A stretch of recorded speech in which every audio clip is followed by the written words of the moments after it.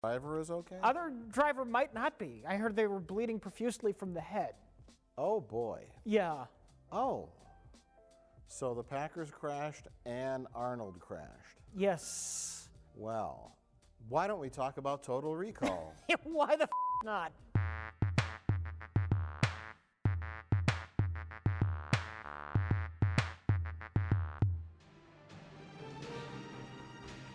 Rich, you wanted to talk about Total Recall, and it's about damn time. Yeah, I figured, you know what? People don't talk about Total Recall enough. You think about the classic Verhoeven science fiction films, and everyone talks about RoboCop and Starship Troopers. I disagree. I think a lot of people have love for Total Recall.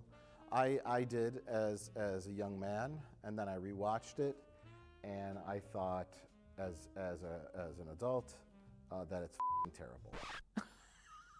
Is that where you're at? No, I'm lying. It's one of the greatest movies ever made. Okay. Are you kidding me? You might have shocked me. I don't know. Oh, hell no. I loved it even more. And you know what? Because you asked me to, I actually watched the 2012 Total Recall. Do you want to talk about it? There's nothing to talk about. And this will not be a compare and contrast show because they are incomparable. But I wanted to watch it out of curiosity. You said it's boring and terrible, and I thought mostly the same thing. Total Recall 2012 is filled with lots of attractive, pretty people, lots of nice-looking scenery. It's slicker than the classic Total Recall. 20 years later, special effects came a long way. The sets look fantastic, but it has no vision.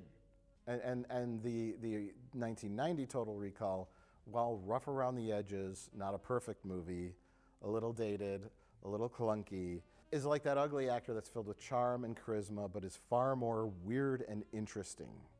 You're watching a Paul Verhoeven film.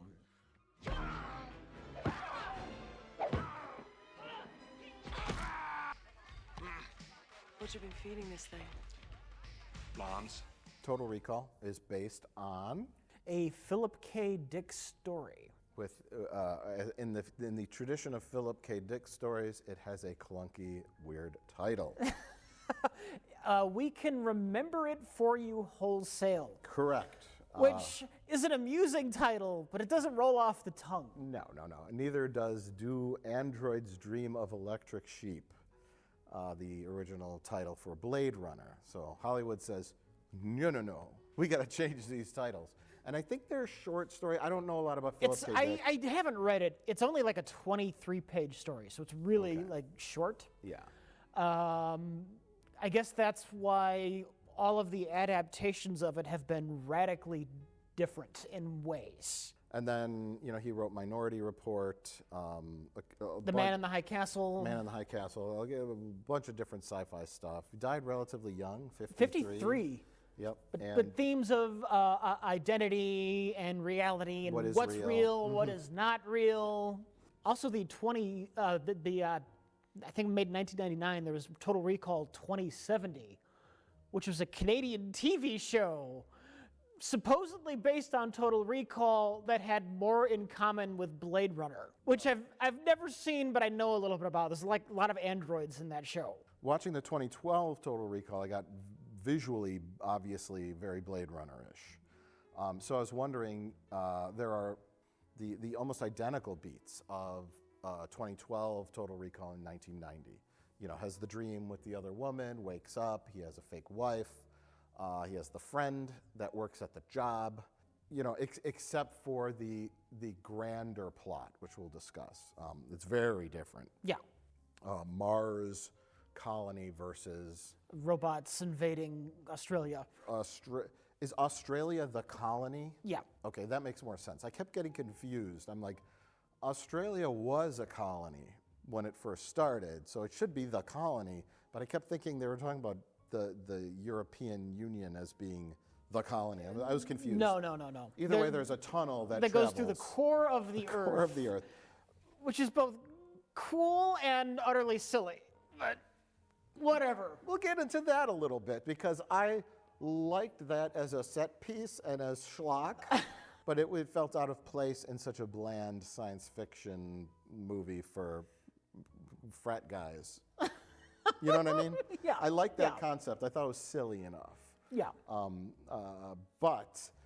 So it had all those hallmark moments, and I didn't know if the 2012 version was just kind of recycling them from the 1991. If you go back and you read the short story, I Can Remember It For You Wholesale, is it just like completely fucking different, like the Starship Troopers novel, where it's like, has nothing to do with bugs and space. It's, you know, I don't know. I should have tracked down a copy to read it because I only found out last night it's only 23 pages long.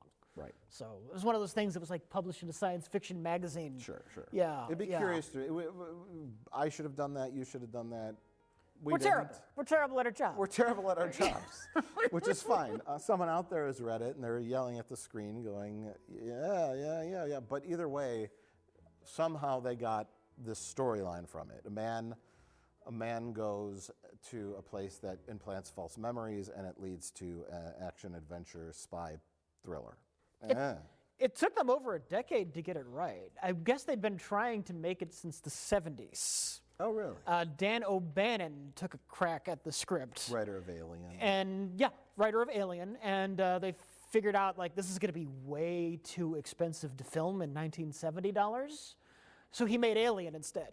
Originally, a couple of the people who were going to star in it at various points, Richard Dreyfuss was going to be the lead at some point. And also I heard Patrick Swayze. Richard Dreyfuss, Arnold Schwarzenegger, day and night. Yeah, it's an interesting.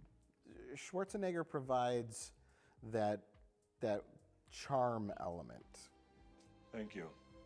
Well, see, there's two different ways to do this because the premise of Total Recall, there's like two gimmicks in the movie. There's the kind of like the surface level. This man, normal everyday Joe, goes to a business that implants like vacation memories into your mind, and they're gonna give him this fake memory that he's actually a secret agent. And when they go to implant the memory, they discover, oh no, he really is a secret agent. And so it's like the main character is a person who is essentially fake. Dennis Quaid never really existed. He's really secret agent Hauser. Or Douglas Quaid. Douglas Quaid. Did I say Dennis? You did. It's all right. Let me just redo that. It's staying in. It's staying in? All right, that's fine. You know it's staying in. Yeah, It's okay, though. You're known for it. It's your trademark. it is. It is. As long as you didn't say Randy Quaid. Hashtag PMC. Police media corruption. Ba-dum! Your two stories are a secret agent man who's going on this memory erasure adventure, or it's all a dream, and he's sitting in this chair for the whole movie having a seizure and about to die. Now, I wanted to ask you, because there's a bit of ambiguity here. I want to analyze this. I have a thought. And I never thought of it before, because I haven't watched this movie in a while. Can I tell real quick? We're going to get back to this. I want to tell you about the first time I saw this movie. Mm-hmm. Let me guess. Your nana who took you to the theater to see it? Oh, yeah. Monkey Man, I'm gonna go get your dinner. Hold on, hon. Take it easy, baby. Take it easy. There's your dinner. Be polite now, Monkey Man. Here's your silver thing. Nobody cared if I saw an R-rated movie. You're a year older than me. Uh-huh. My dad took me and a friend to see this. 1990, I think I was 11. Yeah, that's about right. And my dad's, an action movie with Arnold Schwarzenegger. And I was like, yay! And nobody cared back then. And there weren't too many people in the theater, believe it or not. And there was a scene, when Arnold is going up the escalator and Michael Ironside is trying to kill him. and everyone dies, and Arnold, the guy in front of Arnold just gets shot up, and Arnold uses him as a body shield. Oh, he's just a big meat shield. Just this innocent guy who's just riding this escalator, minding his own business. Yes, he is the master of disgusting bloody squibs. And when I saw I almost threw up. Like when you were a kid? Yeah, when I watched all those bloody squibs blowing up everywhere, I got sick. Oh, I fucking loved it. It was just maybe it was just the mood I was in. I'm a little weak. I'm a little kind of a weakling man when it comes to blood. You were 11. And I was 11, but I get a little like queasy around blood, and I was like, and I was like, why am I watching this? There's not a lot of like gratuitous nudity. There's the three-boobed lady and they're obviously fake boobs, but Sharon Stone is in this. Yeah. And I read, when I was looking up just bits and trivia about this movie, she refused to show more skin. Oh. Like, Verhoeven wanted her down, and Yeah. she was like, no. And then 2 years later, she filmed Basic Instinct with him. So there you go. Have a nice day. hey, good for her. Yeah. I mean, yeah. So Verhoeven loves his violence. He's a great man. They don't make movies like this anymore. Because I was watching the 2012 one, and Kate Beckinsale is trying to kill Colin Farrell, and she's running and she's shooting, and he's like jumping down, and I think there's some guy who like, oh, I got shot. Oh, yeah. He falls over out of camp. and there's no blood. It's a PG-13 movie. Yeah. They don't make R anymore. No, Rarely. Yeah, and I mean, that's a decade old now in itself. It's just like Paul Verhoeven's squibs don't exist in the world anymore. That's just too graphic. We're never going to get another Kenny again.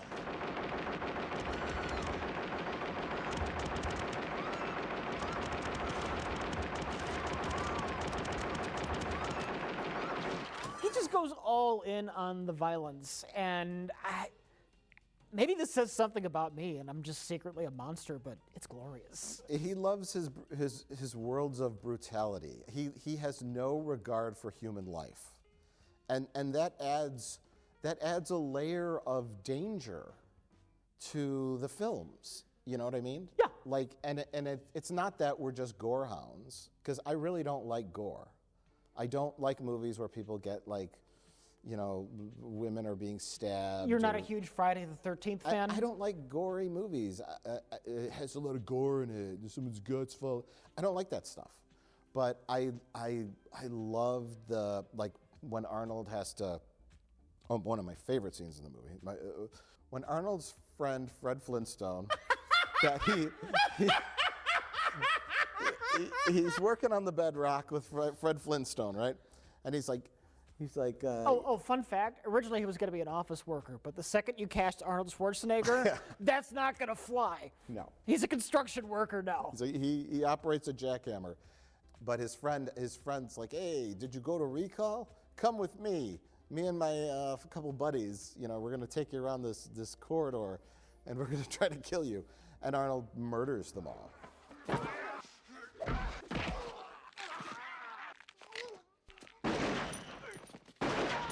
And then I also love the scene where Arnold and Melina are being forcibly put in the recall chairs, and Arnold escapes by breaking out the thing, and he just stabs the guy, and then he murders every doctor in the room in the most brutal and grotesque way. There is no like, I'm punching them to knock them out.